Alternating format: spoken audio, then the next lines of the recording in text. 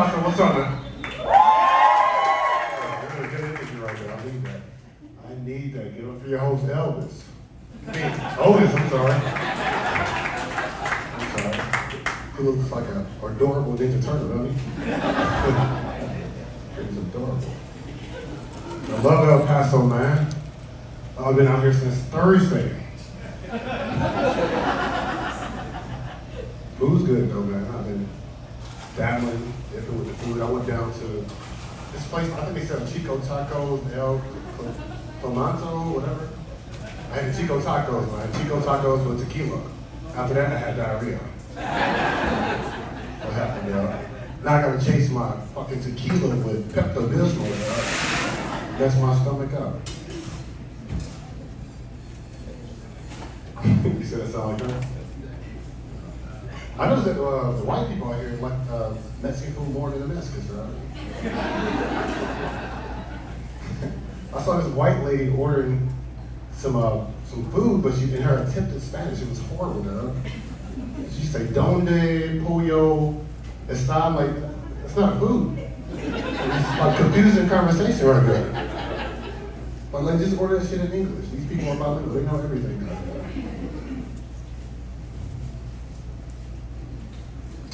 Anybody in the military? It's military time. Military people out here? Military? Anybody? Make some noise? Get up there. Come on, Memorial Day tomorrow. See what that tequila is? The soldiers out here, man. You said you guys in the military? Nice. Congrats. Congrats. There was a guy in here yesterday when we had a show. I asked him how long he'd been married. He said 7. I'm like, 7 years? He's like, no, 7 days. I'm like, when did you meet her? He said 3 days ago. Well, y'all get married quick. Y'all trying to get those benefits, baby. I get it. Get those benefits. He said he planned on getting divorced in 2 years. Solidify the relationship. How you guys doing? Military too? Nice. Everybody, I'm guessing everybody up here is a couple, right? This shit makes me feel sad. I don't know what love feels like. I know I felt love up here. I'm like, oh, fuck. This is what I was missing growing up. Where you guys meet at? Do you look like Will Smith a little bit? Why don't you come up and smack me, dog? That's crazy. That's not gonna happen. I got spikes in my boots, dog.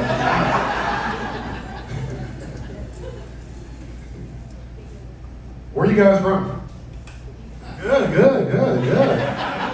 That's my crowd work right there. Nice. A lot of attractive people here. You should have saw yesterday's show. Good God, that was horrible. Not a lot of people. Nice. Black people, good. You're sticking in the corner together. I'm originally born and raised in Atlanta, Georgia. Born and raised in Atlanta, Georgia. Okay, thank you guys. Like, fuck you. This is El Paso movement shit about Atlanta, man. We got Chico Tacos and everything. We got Magic City, we do. You know what's crazy? Speaking of Magic City, dog, yeah, what was this? I think it was on Friday, we had a show here Friday. It was a group of elderly Hispanic women. They were sitting right in that area where you guys. Oh, that's a group of elderly Hispanic women right there too. But it was sitting right there. It was adorable. I think it was like 5 of them. It was one of the lady's 57th birthday. She was celebrating. So after the show, she's like, "Oh my God, I love you." She's like, "Let's have a shot together." So we're taking shots of tequila at the bar. 57 years old. Before you know it, she's like, "Oh my God, young man, you make me feel so happy. I'm gonna give you some of this pussy." Dead ass serious. I'm not making it up. Look, ladies, pussy only belongs to women 18 to 35. 35 to about 50, that's vagina. 50 plus, that's hoo-ha. That ain't pussy. Know your genital pronouns, man. Miss Damon, look, she would have been honest and said, "Hey, you want some hoo-ha and Chico Tacos?" We could have did our thing. Come on, you want some of this pussy. You don't have pussy no more. It works the same way for us too, fellas, though. Because men 18 to 35, that's dick. 35 to about 50, that's penis, exactly. 50 plus, that's wee-wee. That's wee-wee. Look, the older gentleman was like, man, I didn't know I had wee-wee. I didn't know I had wee-wee. Out here slinging wee-wee. You can't sling wee-wee, you just poke. There are exceptions to the rules, though. I guess you got the women like Holly Berry, some Hyatt. They still got pussy. You got Oprah. Well, that's still hoo-ha. She aged out a long time ago. But you need those kind of women, though. Those are like the matriarchs and those men are the patriarchs of our family. We need them. The guys that keep us together. Like you get pussy from Monday to Saturday. Sunday is when you get hoo-ha right before you go to church. It keeps you sane, man. Get your little old woman and cook you some grits or some Fritas early in the morning. If you have sex with a girl 18 and under, fellas, that's called pedophilia. You need to stop it. I just went off this whole rant off Magic City. I'm sorry, man. It's a strip club in Atlanta. A strip club is a place where women dance.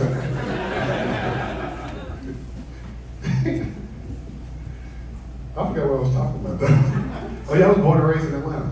I had to think about that. Born and raised in Atlanta, man. Just like oldest Elvis. I grew up with a father. I grew up with a father. Grew up in the hood though. I think he grew up in a sewer. And then he turned it. Grew up in the hood, man. It was hard growing up in the hood with a father. It was tough. It was tough. It's a lot of pressure. Because you always hear that narrative. It was so hard growing up without a dad. Like, shut up. Nobody had no expectations for you, dog. Try growing up with a father in the hood, man. My dad was over my shoulder every night while I was doing my homework. And I'd be crying. He'd be like, shut up before I get something to cry about. Like, man, you're not even supposed to be here statistically, dog. That's what my teacher said. My teacher said.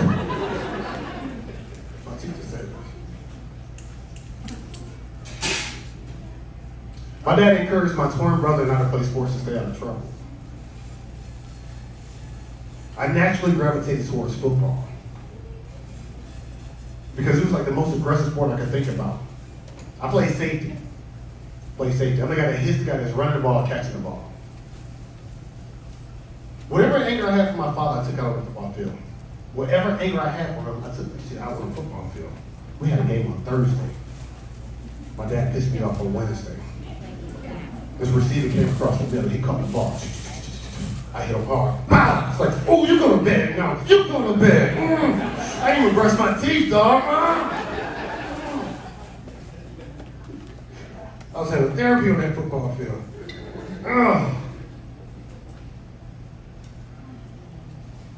I let this dude on my team convince me, man, that the reason why I had not reached my full potential was because my father was overly supportive. Like, bullshit. Because usually my routine would go from football, basketball, and track.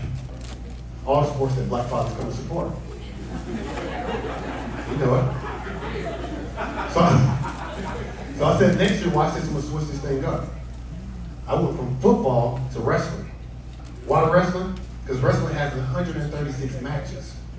I was like, ain't no way in hell my father went to 136 wrestling matches. Do you know this nigga came to all 136 wrestling matches? Like, bro, what the fuck is wrong with you, man? Messing with my potential, man. All these hugs and stuff, and I'm proud of you so much. Deteriorate my athletic ability, man. Get the fuck out of here, dog. What's wrong with you, man? You want to go to work and go to my games? Come on, bro. Stupid. Did you play sports? What sports you play? What position? You making this shit up, man. You making it. This is a small school. Did he play sports for real? Oh, y'all just met? Tinder date? Uber Eats? We know about that. Where you guys meet at? El Paso? Army? Navy? Oh, nice. Oh, you was in it? So you was married to a white girl while you was in it, but you got to a black girl afterwards. I've been seeing these black guys out here. With the little Karens on the arms. I see it. It's beautiful. I see you guys out here. I love sports. I got a lot of fights growing up. A lot of fights. I wasn't very good at it though. Did you say no? I'm telling you, yes. We got a lot of fights. I wasn't good. I was oblivious because my father, look, watch this. I've been the same height since I was 13 years old, 6'2", 230 pounds. Been the same height. But when I was 13, I was 165 pounds. My father, on a drunken night, told me, son, you could beat anybody that you're taller than. My dad told me that. I believed it. I got into the battle with this running back on my team. This dude named Reggie. He's 5'8", 200 pounds of rock solid muscle. We got into a dispute one day. He said some shit I didn't like. I took a swing on him. Bop. He ducked.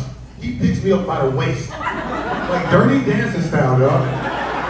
Dirty Dancing style. You know how emasculating that is for a man to pick you up by the waist?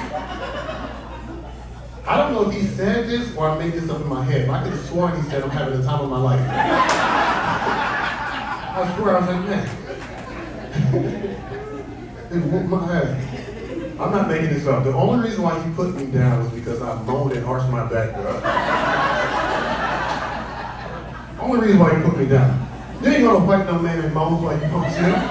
No man would do. Would you fight a man who moans like you? Imagine you. You let that man go, you gonna let him find a boyfriend. That's what you do. I was gay for the rest of the semester, dog. I need some protection, man. You whooped my ass. How many people out here got beautiful life? No, y'all lying. No, you lying. You look like you can fight. Oh, you turn your head, man. Yeah. I'm fine with you. This is a presentation of a fighter, but nah. I just know how to write real good. I moan. I get out of fighting, so that's why I do it. Would you consider Halloween a holiday? No? No? What kind of conversation do you be having with her at home? What is no? You said yes and no at the same time. You said? Oh, like little, oh, I see it. The dominatrix. I like it. I like it. Would you guys consider that a holiday? It is? You guys agree? Nice. Thank you. By a round of applause, how many people grew up like poor or less fortunate? Created euphemism. So you guys could probably relate to this. I hated Halloween growing up. I hated it. We never had a costume. We were the same thing every year. We were a ghost. We were a ghost, dog. You know what? We were a ghost. We were a ghost. My mother used to take these sheets and cut holes in them, in the eyes, and we were ghosts every year. That's because she worked at a Sheraton hotel. We were a ghost. You gotta be a ghost every year. Shut up before I give you something to cry about, boy. You're gonna be a ghost. Now work on your boo. You and your brother, go in the corner. Work on the boo. Do the boo thing. I remember this dude named Teddy moved in our neighborhood, man. We thought he was rich, dog. Because for Halloween one year, he came as a ghost with bed bugs. I was like, oh shit, his costume moving, dog. Oh man. Damn. Oh man, that's crazy. Turned out Teddy Raymond, his mother worked at a Motel 6. That's a real story, man. Yeah, freaky. That gonna get freaky, I know. Right here in the front section. I can see it, I'm reading the body language. You need 2 more drinks and I guarantee you, unless you guys are into that swinging stuff, y'all trying to get me to join.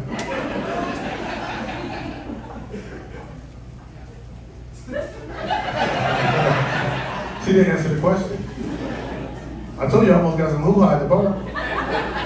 You think I won't take vagina? Yeah, I can open it.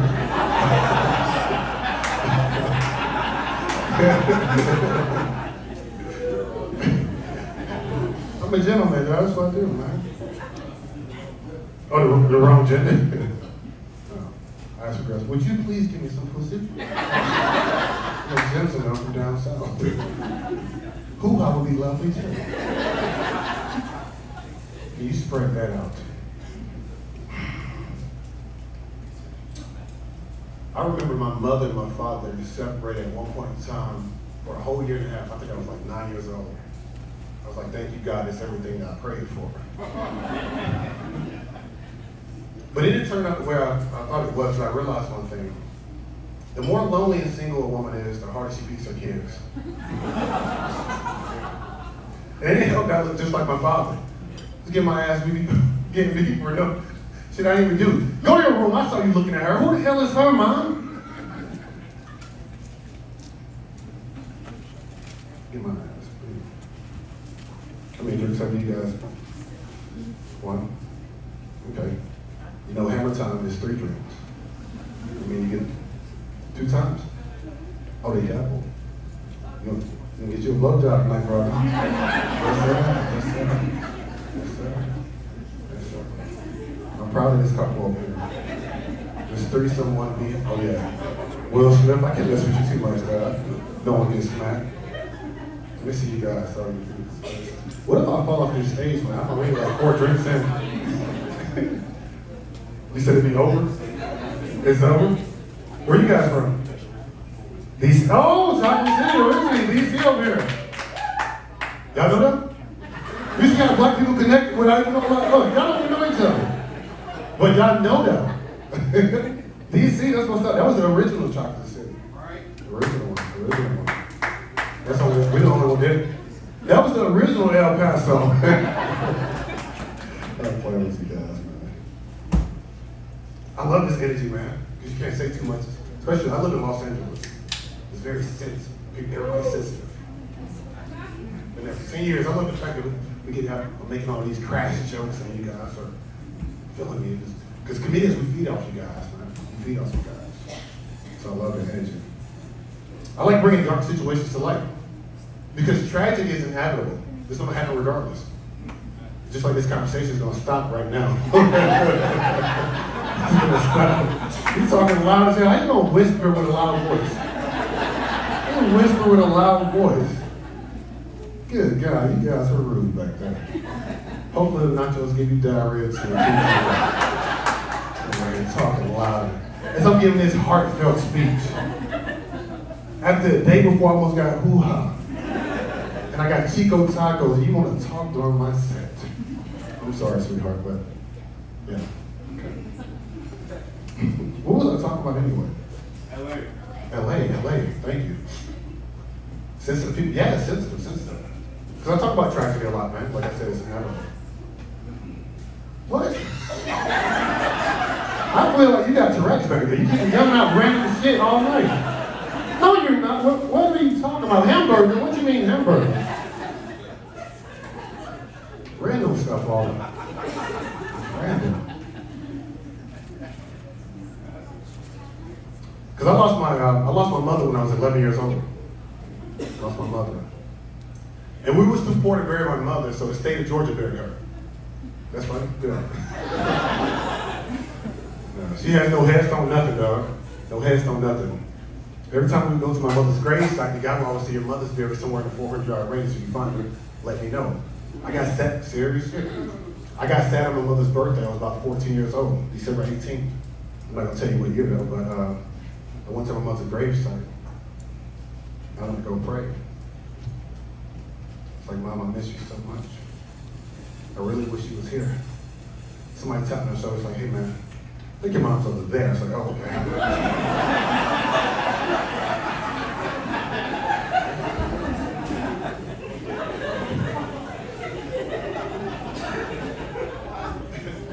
After a while, I got frustrated, so I just started skipping in circles. Like, hey, Mom, if you say what, just please just tell me.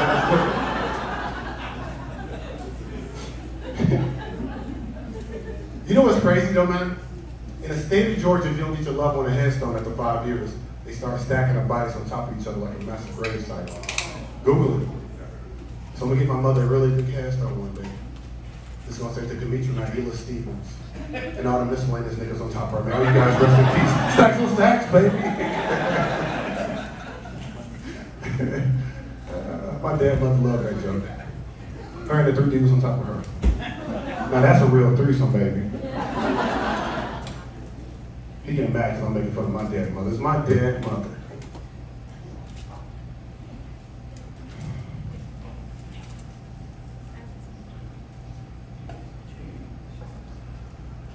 You said, what? You know I can hear you. I'm right here, dog. Oh, it's a game? Oh, yeah, it's a game, man. I should have been. I thank God, man. I get to do what I love. I've been at this stuff for like 11 years now. Only in like the last 5 years. Thank you for the one applause. So. Was that you? Damn, I thought it was her. I was like, oh. Well, thank you, man. I was hoping for some. You said the team too? Oh, a team. Okay, nice. But not this kind of team. Gotcha. But yeah, for the last 5 years, I've been able to do what I love for a living, man. For the last 5 years, I thank God. I used to work in security, man. I don't actually dress like security. Who asked me some stuff at the door? Which one of y'all was like that? I used to work in security, y'all. I used to work in security at a nightclub in Hollywood. And I like security, man, because it comes with a lot of perks. It's the only job where you can show up to work angry and mad and it's a positive thing, right? Only job like that. I was at work one night, right? This girl and this guy got in this altercation. He must have said some disrespectful shit to her because she took her drink, she threw it in his face.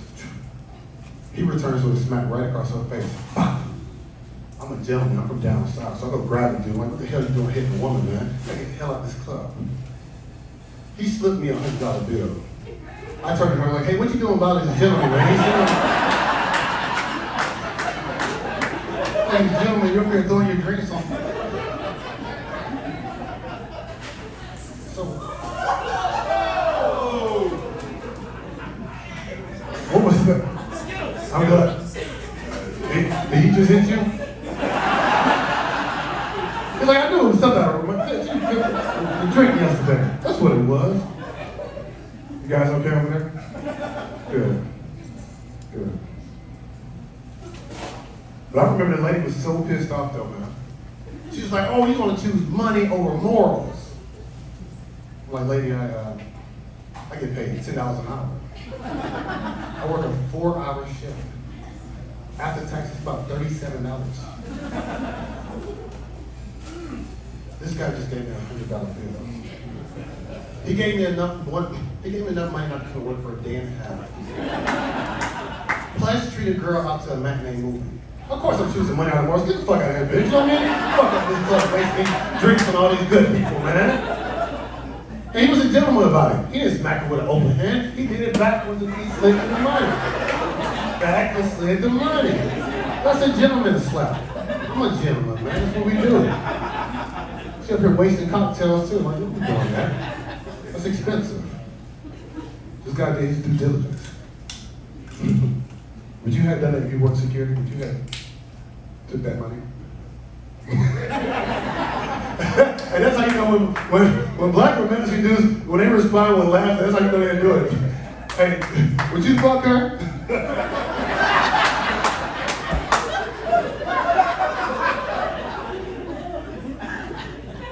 Ask your, is your boyfriend? Ask him, will he fuck? Let's see. Her. I want to get them in trouble. Ask him that. Look, he's doing it right now.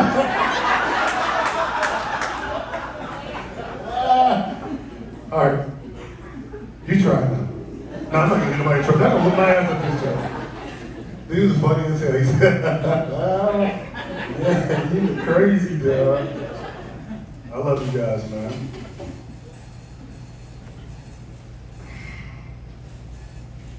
I been doing a lot of traveling lately. I went down to New Orleans to do some comedy.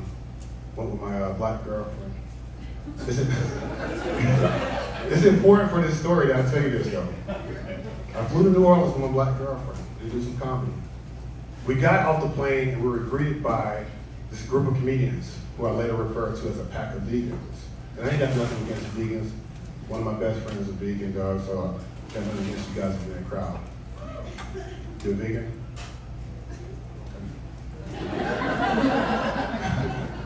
We got a silly ass crowd tonight. But anyway, I'm greeted by this pack of vegans, dog, and they was like, hey, Rasheed, welcome to New Orleans. I know you had a long flight, you and your black girlfriend. They didn't say this, but this is what I'm saying for the story. It's like, I know you're hungry, bro. Would you like some barbecue? Like, first of all, that's racist as hell. Second of all, hell yeah, I want some barbecue there. You know what I mean? Show me the place, man. Show me the place. Let's go get this barbecue, baby. Anyway, they take me to this like hipster part of town of New Orleans to go get some barbecue. They took me to a vegan barbecue place. This shit was disgusting, dog. Exactly, I want the real thing. I want my barbecue made just like any other black man in this country. I want it made by other black people or white races. I want to taste the hatred and oppression when they was marinating that meat. Nigga. I don't want no food with no love in it. I want hate. I want hate in my food. That's when food is great. You ever had some Ku Klux Klan fries? But die for it, dog. Oh my God. Hate makes the best food.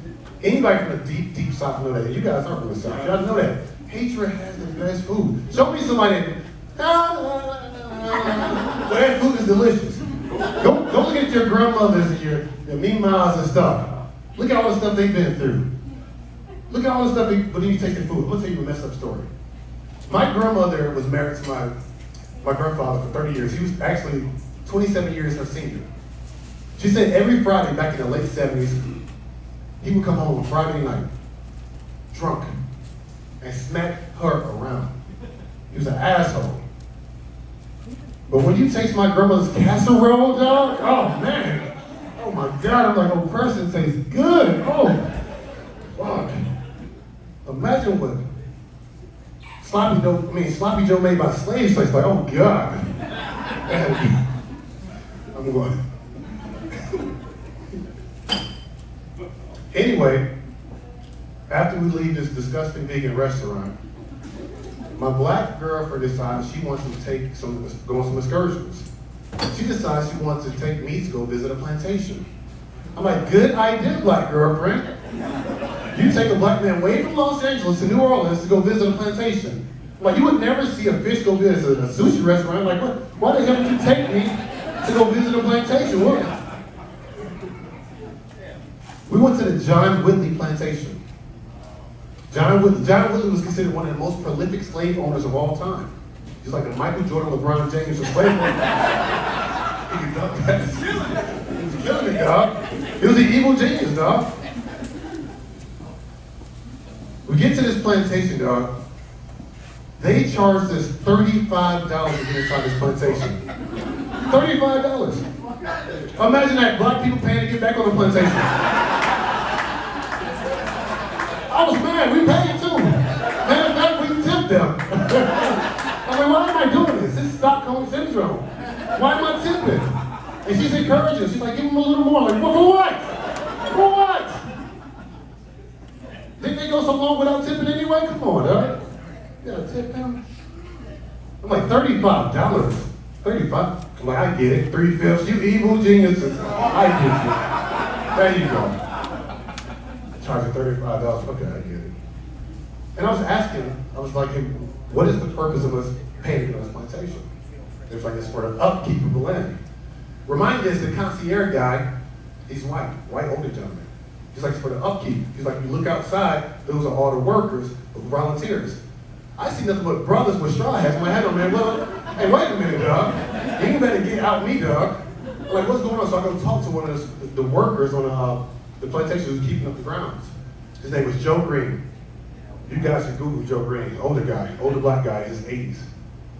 And I talked to Joe Green. I was asking him about his experience on this plantation. It's like, you know what, man, he's like, I don't get paid, man. I'm just happy to keep up this land. I'm like, Joe, you sound just...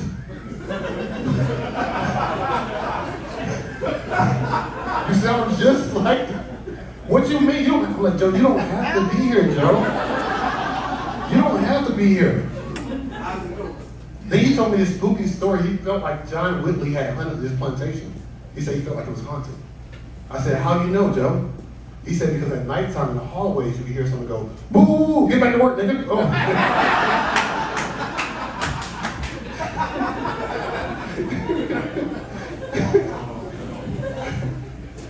John Whitley was an evil son. A racist ghost. You know what's crazy too, though? man, with black girlfriend, we taking a tour around Atlanta. We taking a detour. And yeah. We're going around, we're looking at all the archives and everything on the land. And remind us, we're the last ones in the back, but for some reason, most of the group is like white people. They're in front of us. There's a white lady behind me, right? We're trailing, and the lady in front who's kind of just like an orator who's just telling everybody what to do, she's like, hey, make sure you don't touch anything, it's very delicate. I seen an item archive, I'm like, oh man, that's very strong history. So I touch it, because I'm in the back of the line, I touch it, and there's a white lady behind me, it's like, don't do that. I'm like, bitch, not again, not again, not again, you better. I stole that archive, I swear to God, I stole it. I stole it. Tell me what to do again. Not again, bitch.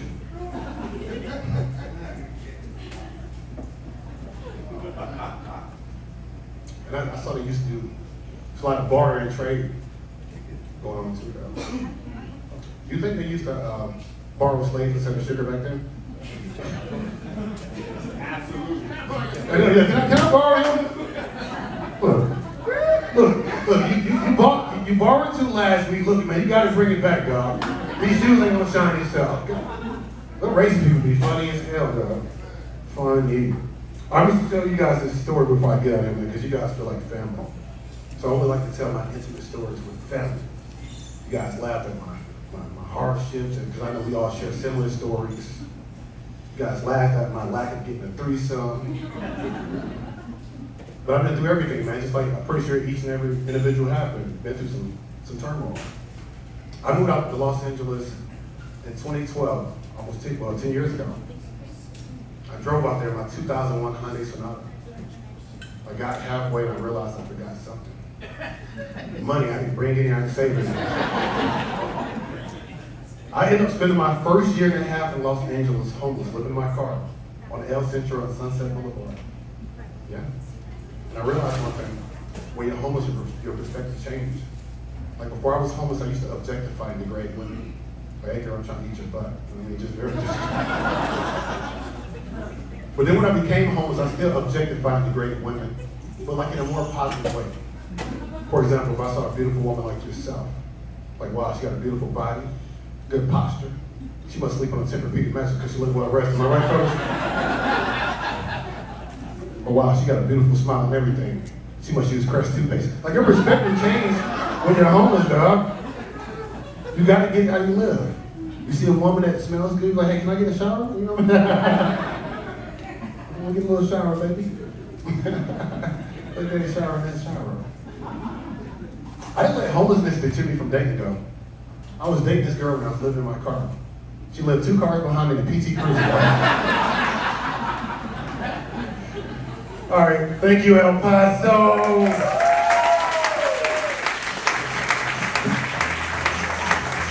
Hold on. You guys do me a favor, if you can, follow me on IG. It's my last name first, and my first name last, with an underscore, so it's Stevens RASHEED _. I got a movie currently streaming on Peacock. It's called Between Forever. I wrote it and starred in it. I got a movie coming out in theaters. October 29th. October 29th, please check it out. Just follow me on there, you'll see the updates. It's called Lost in a Moment. And check me out on the last season of Insecure on HBO. God bless you guys. God bless you guys.